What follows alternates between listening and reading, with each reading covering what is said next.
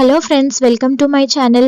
ఈరోజు కేసరగిరి అనగా కీసరగుట్ట గురించి తెలియని కొన్ని ఇంట్రెస్టింగ్ విషయాలు మీకోసం.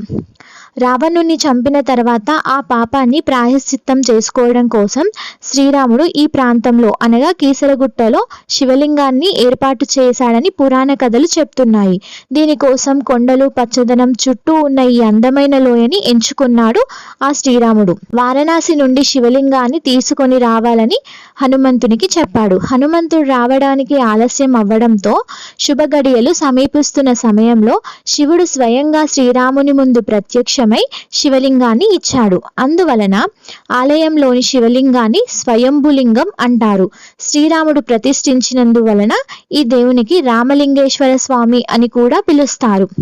కొంత సమయం తర్వాత వారణాసి నుండి 101 లింగాలతో హనుమంతుడు కీసరగుట్టకి వచ్చాడు.